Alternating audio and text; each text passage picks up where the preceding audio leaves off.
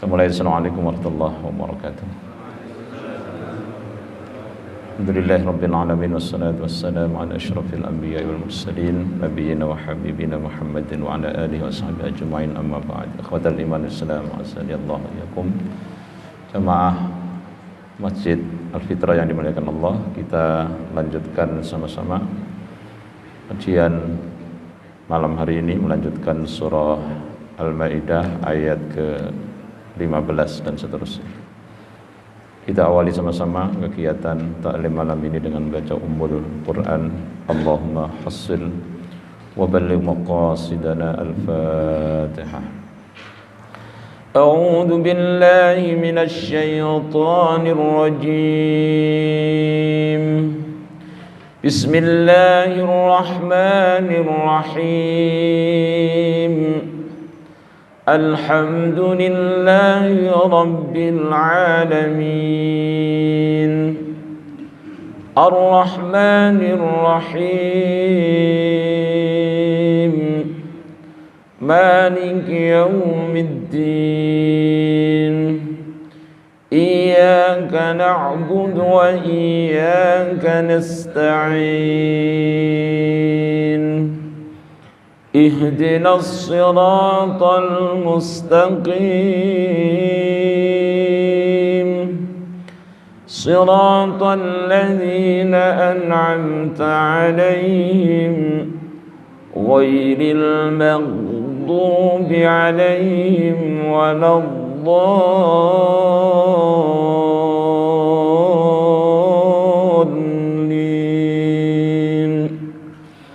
Amin.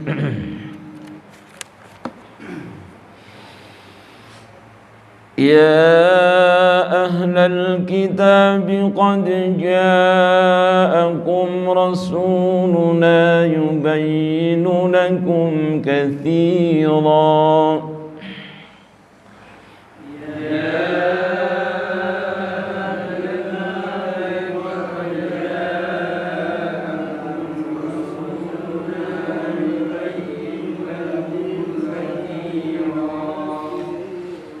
يبين لكم كثيرا مما كنتم تخفون من الكتاب ويعفو عن كثير.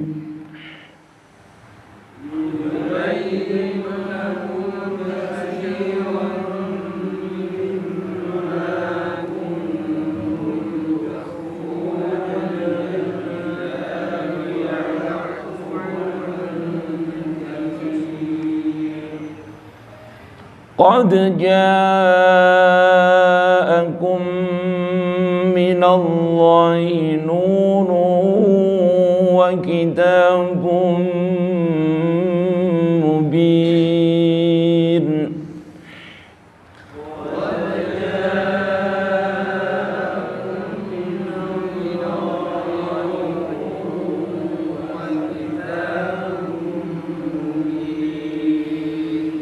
يهدي به الله من اتبع رضوانه سبل السلام ويخرجهم من الظلمات إلى النور.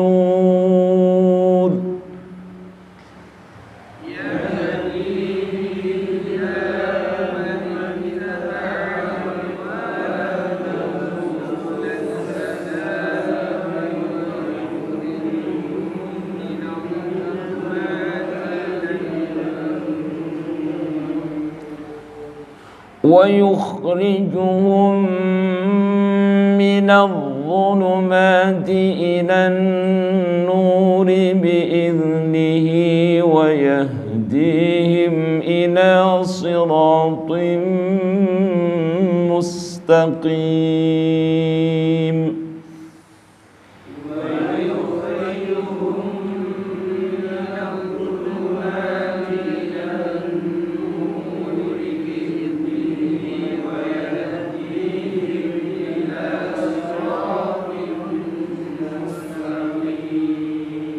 Sadaqallahul azim. Bismillahirrahmanirrahim.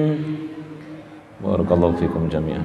Alhamdulillah sudah diperdengarkan ya dan ditampilkan masing-masing bacaannya sesuai dengan kemampuan dan kapasitas masing-masing. Mudah-mudahan apa yang kita baca, apa yang kita tampilkan dari setiap hurufnya diterima oleh Allah Subhanahu wa taala sebagai amal kebaikan. Baik, berikutnya yang tidak kalah pentingnya adalah memahami ya, berusaha untuk mentadabburkan ayat-ayat yang dibaca. Ada 4 hal dalam berinteraksi dengan Al-Quran: tilawatan, wa fahman, wa tadbiqan, wa tahfidhan, wa ta'liman. Ada 5. Yang pertama adalah tilawatan, secara bacaan ya, itu dalam berinteraksi dengan Al-Quran kita dituntut oleh syariat agar terus berusaha bisa menampilkan bacaan yang baik dan benar sesuai dengan aturan membaca Al-Quran. Yang kedua, wa fahman, dan faham yang dibaca tentu sesuai dengan kapasitas masing-masing. Yang penting ada usaha untuk berusaha memahami ayat-ayat Al-Quran, karena Quran adalah petunjuk, hudan lil muttaqin, hudan linnas, tibyanan likulli syai'. Semuanya itu akan bisa kita ambil ya, maknanya dan kandungannya jika kita faham. Kemudian yang ketiga, wa tatbiqon, dan pengamalan. Berusaha dan belajar pula untuk mengamalkan isi Al-Quran dalam kehidupan. Karena dalam mengamalkan Al-Quran itu perlu belajar dan pembiasaan. Kemudian wa tahfidhon, dan menghafalnya. Ya, jadi selama hidup ini mesti ada yang kita hafal dari ayat-ayat Al-Quran. Makin tinggi hafalannya, makin tinggi yang difahami, makin tinggi yang dihafalkan, yang diamalkan, makin tinggi surganya pula. Ya, nanti akan dikatakan oleh malaikat yang ditugaskan oleh Allah, Iqra, bacalah ayat yang pernah kau baca di dunia, ulang lagi di sini di akhirat nanti, watartaki, dan naik ke tingkat kenikmatan surga yang lebih tinggi lagi. Ya. Atau Iqra waraqi atau watartaki. Itu keunggulan orang-orang yang hafal Al-Quran dan mau mengamalkan isinya. Kemudian ada pula kewajiban ya bagi kita semuanya, wa ta'liman, dan mengajarkan Al-Quran. Nah, kita sekarang sedang ta'allumil Quran ya, ta'alluman wa ta'liman. Ta'allum itu artinya belajar, kalau ta'lim mengajarkan ya. Jadi muta'allim orang yang belajar, mu'allim orang yang mengajarkan. Ta'allama ya, dari muta'allim orang yang sedang belajar. Nah, kita ini masuk dalam kategori yang sedang belajar. Makanya perlu dibimbing, dituntun oleh pembimbing ya.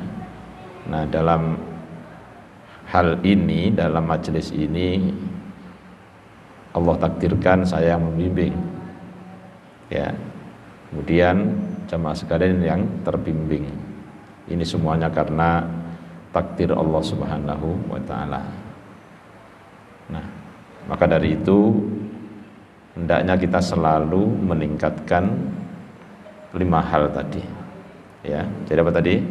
Tilawatan, wa fahman, wa tatbiqan, wa tahfidhan, wa ta'liman. 5 hal. Kembangkan sesuai dengan kapasitas dan kemampuan kita masing-masing. Dari hendaknya kita turut berkontribusi dalam merawat dan menjaga Al-Quran.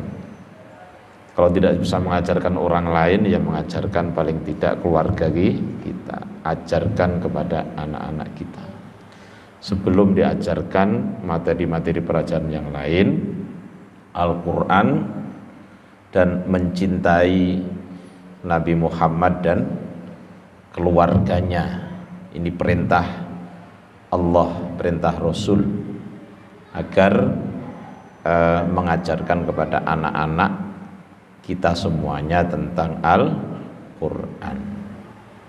Jadi metodologi pembelajaran yang paling hebat Al-Quran, sudah nggak ada lain yang bisa menanding kehebatan Al-Quran. Mesti dan harus kita yakini seyakin-yakinnya. Ya. Baik, berikutnya tolong dilihat, ya ahlal kitab qad ja'akum rasuluna yubayyinu lakum katsiran mimma kuntum tukhfuna minal kitab. Lagi-lagi ahlul kitab disebutkan di sini. Ya, kalau bicara ahlul kitab itu siapa? Minal yahudi wan nasara. Ya. Karena masyarakat yang dibimbing oleh Rasulullah pada saat itu bukan satu bentuk masyarakat, dari berbagai kelompok-kelompok. Ada kelompok Yahudi, ada kelompok Nasrani, ada kelompok paganisme, orang-orang musyrik pada saat itu, atau animisme juga banyak.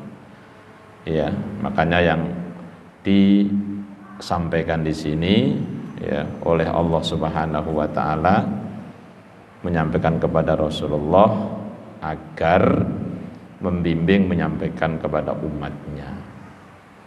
Ya ahlul kitab, hai ahlul kitab, qad ja'akum, telah betul-betul telah datang, ya sungguh telah datang kepada kalian, rasuluna, utusan kami, yubayyinu lakum, yang menjelaskan kepada kalian, katsiran, banyak, mimma kuntum tukhfuna minal kitab.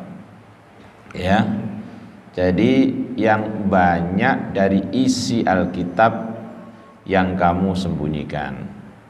Nah, berarti memang sejak dulu itu orang-orang ahlul kitab itu suka menyembunyikan isi Alkitab. Nah, makanya diingatkan menyembunyikan isi Alkitab. Ya. Kalau Al-Quran nggak ada yang disembunyikan. Jadi semuanya dijelaskan, disampaikan ya kepada manusia. Nggak ada yang disembunyikan. Nggak pernah ada yang dikitman oleh Rasulullah. Ya, maka salah satu sifat wajib Rasul itu apa? Tabligh, menyampaikan. Jadi nggak ada yang dikorupsi sama sekali. Semuanya apa yang diturunkan oleh Allah sudah disampaikan semuanya kepada umatnya. Ya, nggak ada yang dikorupsi, nggak ada yang ditilep, nggak ada yang disembunyikan sama sekali. Ya. Al-khitabu lil yahud wan nasara. Jadi ayat ini sasarannya adalah kepada Yahudi dan Nasrani. Ayya ma'syara ahlil kitab, ay golongan ahlil kitab, minal yahudi wan nasara. Ya, jadi orang ahlul kitab disebut dalam Al-Quran itu ya menyinggung Yahudi, Nasrani. Ya, qad ja'akum rasuluna, ya sungguh telah datang kepada kalian, ya utusan Muhammadun sallallahu alaihi wasallam, biddinil haqqi, dengan membawa agama yang benar. Jadi Islam adalah agama yang dibawa oleh seluruh nabi-nabi dan rasul Allah. Jadi semuanya nabi itu semuanya Islam, semua rasul Islam. Ya, karena agama cuma satu sebenarnya, Islam. Kebenaran itu cuma satu, kegelapan banyak, tapi kebenaran satu, yaitu kebenaran yang datang min indillah, dari sisi Allah. Kalau kegelapan itu banyak, kegelapan kebodohan, kegelapan kemusyrikan, ya, kegelapan kejahilian, segala macam, banyak sekali. Yaitu gelap, ya, gelap. Jadi melencengnya akidah ini juga gelap, ya, gelap gulita. Sedangkan cahaya itu satu yang diberikan oleh Allah Subhanahu wa taala, yang kebenaran itu mutlak. Bidinil haqqi, dengan membawa agama yang benar, yubayyinu lakum al-katsir, yang Rasul ini menjelaskan kepada kalian wahai ahlu kitab, menjelaskan berbagai hal, banyak hal, mimma kuntum taktumunahu fi kitabikum, dari apa-apa yang kalian telah sembunyikan dari kitab-kitab kalian, fi kitabikum, di dalam kitab kalian, ya, minal imani bihi, dari mengimani, ya, Rasulullah sallallahu alaihi wasallam, ya. Jadi salah satu yang disebutkan adalah sifat Nabi Muhammad sallallahu alaihi wasallam yang termaktub di dalam kitab-kitab tersebut, ya. Wa min ayatir rajam, dan berikutnya adalah ayat rajam, dirajam, kalau berzina dirajam kan, ya. Dirajam itu artinya apa? Dilempari batu sampai meninggal. Itu jika sudah menikah, ya, zina muhsan, ya. Jadi ayat rajam ada di dalam kitab, tapi disembunyikan. Jadi yang kira-kira nggak senang dibuang gitu. Kira-kira dia nggak setuju, nggak senang, ya, nggak cocok dengan seleranya, di delete, ditutup. Itu cara mereka, ya, menjalankan hukum. Nah, bagi kaum muslimin tidak boleh seperti itu. Orang Islam mesti meyakini, seyakin-yakinnya, semua ayat Al-Quran itu adalah datang dari sisi Allah. Entah selera kita itu setuju atau enggak, ya. Jangan memahami Quran ini seperti ahlul kitab memahami kitabnya, karena ada upaya dari kelompok-kelompok muslim juga yang berusaha untuk memahami seperti cara ahlul kitab memahami kitabnya. Nah, padahal Islam punya cara yang khusus, cara tersendiri, yang itu sudah disampaikan oleh Rasul, kemudian diikuti para sahabat Rasulullah. Para sahabat Rasul itu kemudian mendidik, ya, para tabi'in, artinya orang-orang yang iman kepada Rasulullah tapi gak sempat melihat Rasulullah, itu tabi'in, orang mengikuti para sahabat, dan itu akan terjaga keilmuan itu. Namanya ulumut tafsir, menafsirkan Quran dengan manhaj atau cara salaf, ya, cara para sahabat, kemudian ditindaklanjuti oleh para tabi'in, tabi'in yang muncul dari para tabi'in itu. Kemudian di sana muncul tokoh-tokoh besar, ya, tokoh-tokoh ulama, ya, ikuti tata cara mereka, bukan dengan tata cara orang lain, begitu, ya. Itu.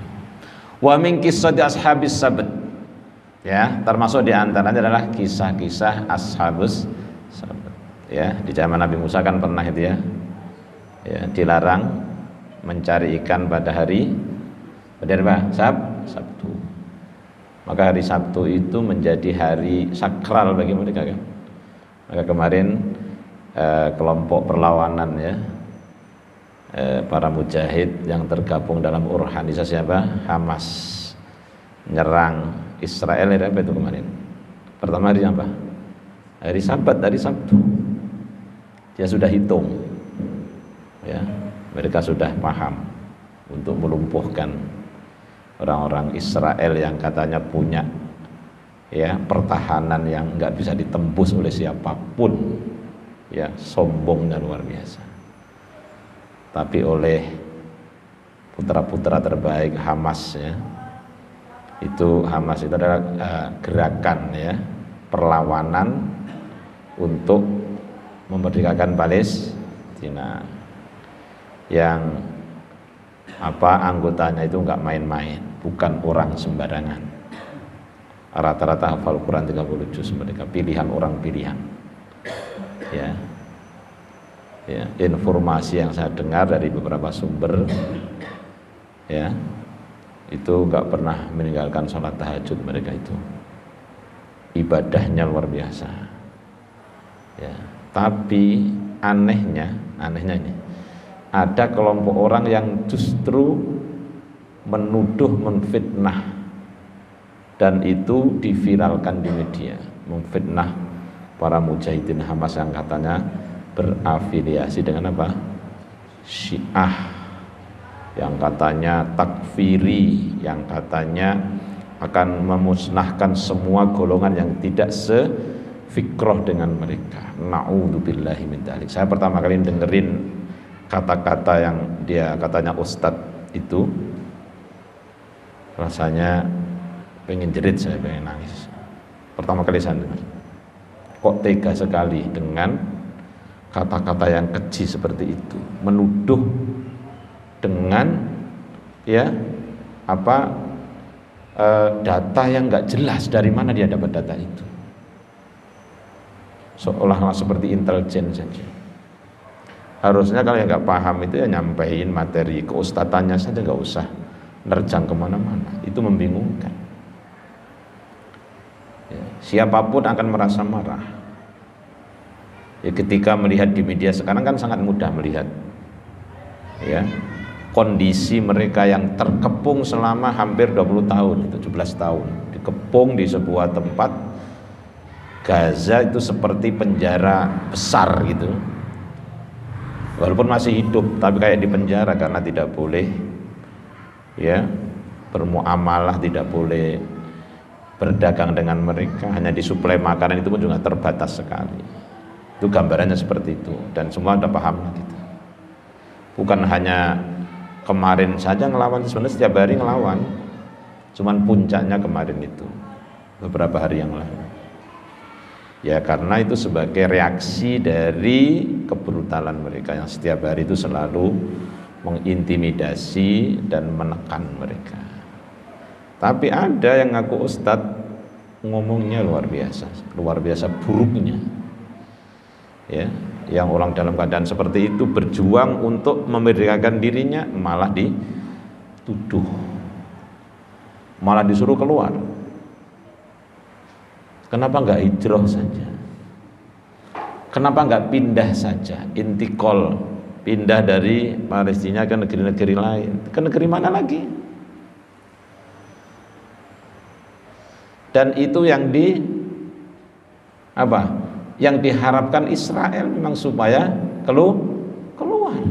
Ustadz dukung orang Palestina harus keluar, coba masuk akal nggak kira-kira itu? Makanya pantas dan layak kalau orang mengatakan jangan-jangan kelompok mereka ini adalah agen-agen Yahudi. Akhirnya begitu orang. Ya jangan-jangan kalau pendukung-pendukung Zionis justru, atau orang-orang yang memang dijadikan kaki tangannya. Ya kan semuanya boleh menduga-duga akhirnya. Ya, Masya Allah ya. Itulah kondisi kita yang mesti kita fahami sementara ini seperti itu. Masih masih berbeda-beda. Padahal sudah sebegitu parahnya ya kondisi dan keadaan sebagian saudara-saudara kita di Palestina. Tapi cara memahaminya masih sangat parah ya, seperti itu. Hanya gara-gara beda kelompok ya, beda kelompok yang mengaku paling benar sendiri.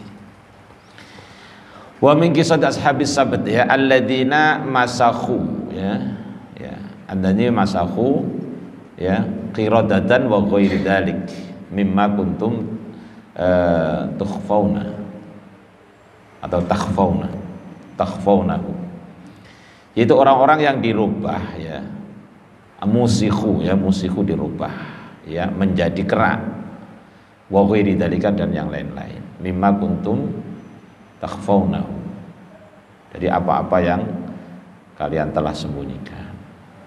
Jadi hal-hal yang kira-kira itu dianggapnya merugikan mereka itu disembunyikan.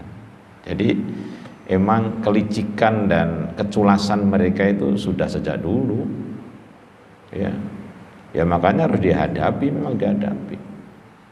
Kalau dia keras ya kita makin keras menghadapinya gitu. Ya. Memang seperti itu. Udah karakternya, udah wataknya seperti itu. Ayat Alkitab saja dirubah. Coba bayangkan saja. Ya. Ya. Nabi-nabi juga pernah dibunuh oleh mereka. Ya.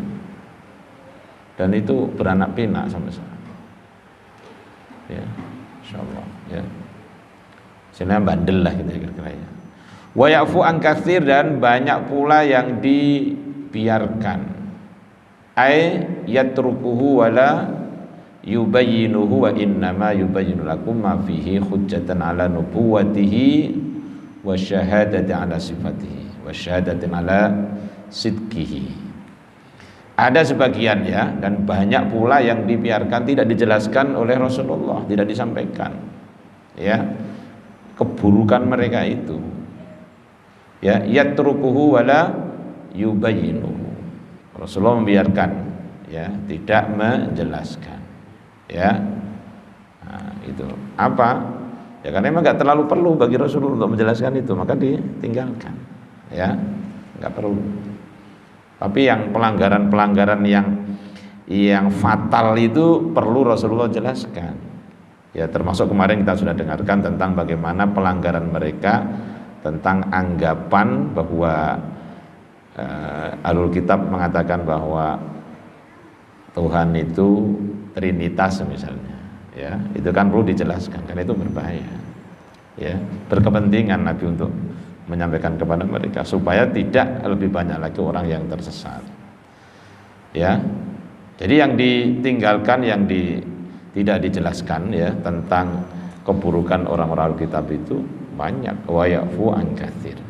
Ya, wa innama yubayyinu lakum ma fihi hujjatan ala nubuwwatihi wa syahadatan ala sidqihi. Ya, yang dijelaskan ya oleh Rasulullah SAW itu sebagai hujjah atas kenabian Rasul dan sebagai bukti atas kebenaran Rasulullah Sallallahu Alaihi Wasallam. Di dalam kitab tafsir dijelaskan walau dzukira kullu syai' la fadhahakum. Ya, kalau sekiranya disebutkan ya segala sesuatu ya yang ada di dalam perilaku mereka itu, maka ya skandal kalian itu akan terungkap. Skandal orang-orang Alkitab itu akan terungkap semuanya. Ya. Wa fil ayah wa fit tasil fi wa qala fit tasil, di dalam kitab At-Tasil dikatakan wa fil ayah dalilun ala sihhati nubuwati. Dalam ayat ini disebutkan ini sebagai dalil atas sahihnya ya nubuwah ya atau kenabian Rasulullah sallallahu alaihi wasallam. Li'annahu yubayyinu ma akhfawhu fi kutubihim wa huwa ummiyun lam yaqra kutubahum.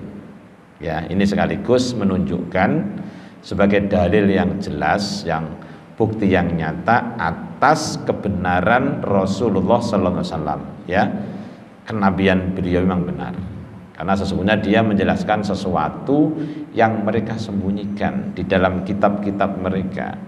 Wa huwa ummiyun, sedangkan Nabi itu ummi. Nabi tidak membaca dan tidak menulis, tapi bisa menjelaskan. Ya, artinya apa? Beliau bisa menjelaskan dengan tertib, dengan baik itu ya karena apa? Bimbingan siapa? Allah, karena izin Allah Subhanahu wa taala. Dan sekaligus ini menunjukkan bahwa memang Rasul itu nabi gitu. Ya. Rasul itu nabi. Ya. Memiliki keunggulan yang jauh ya, yang sangat luar biasa, ya.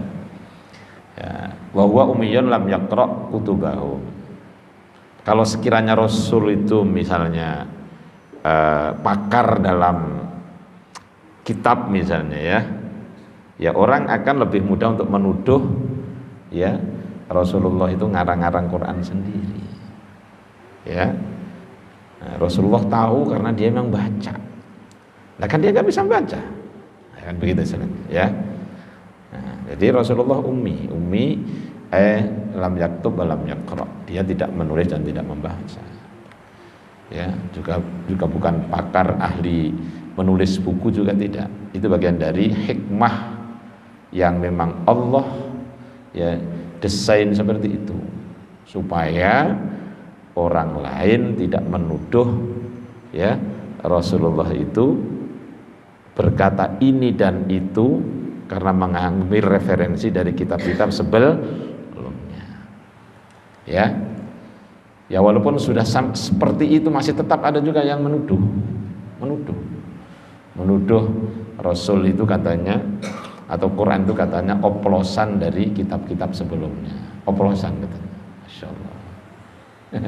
Kalau yang bilang itu orang non muslim itu ya kita nggak, istilahnya ya memang dia nggak tahu. Tapi ini kalau yang bilang itu muslim dan dia tokoh misalnya, dikenal juga pernah kuliah S1 ngambil bidang tafsir atau syariah, tiba-tiba bilang seperti itu, gimana itu?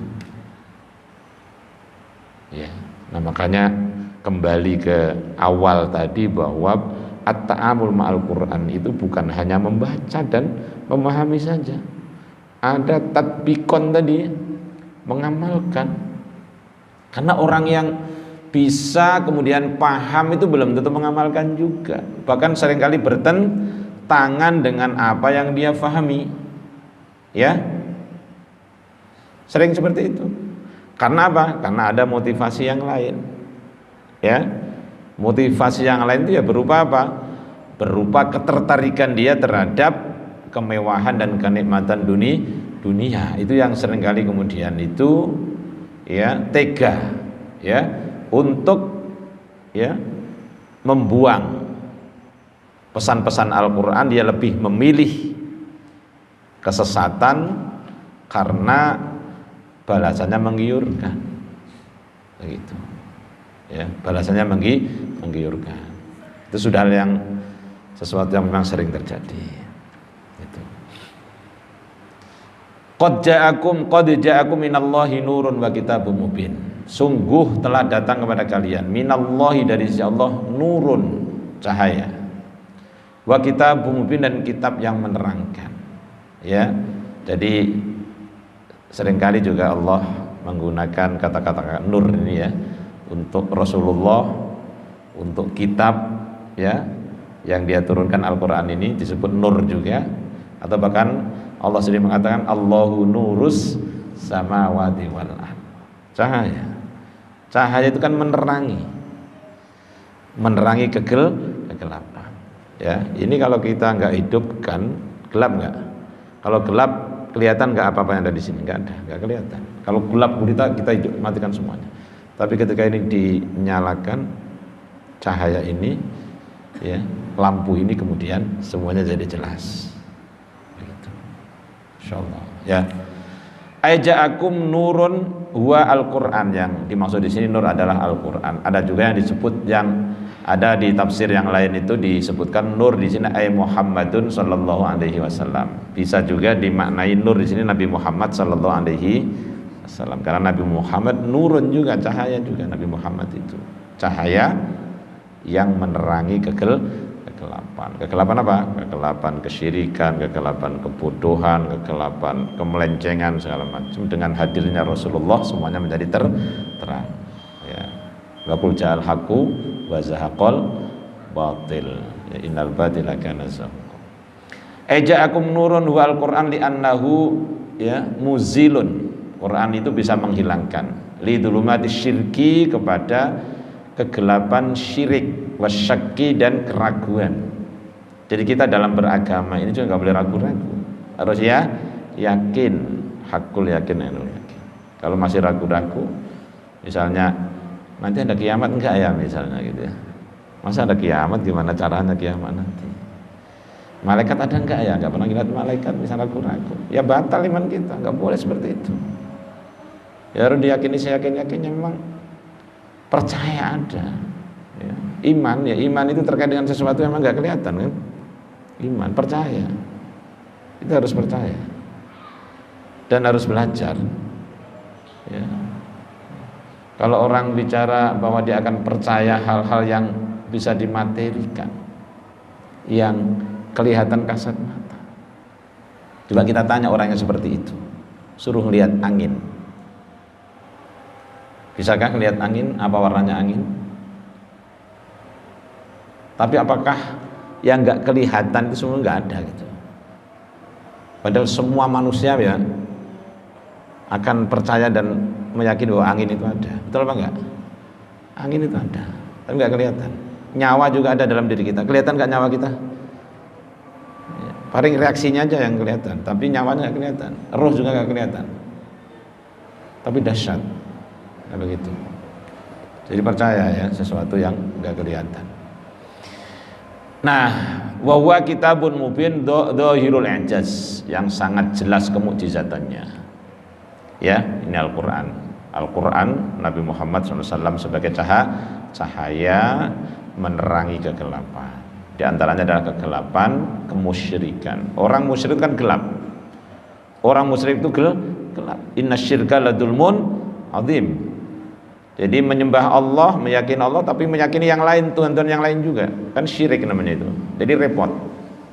Jadi gelap hidupnya, gak jelas. Makanya itu dilarang. Yahdi bihillah manittaba'a ridwanah. Jadi dengan kitab itu ya Allah memberikan petunjuk. Man kepada orang ittaba'a ridwanah, yang mengikuti keridhaannya.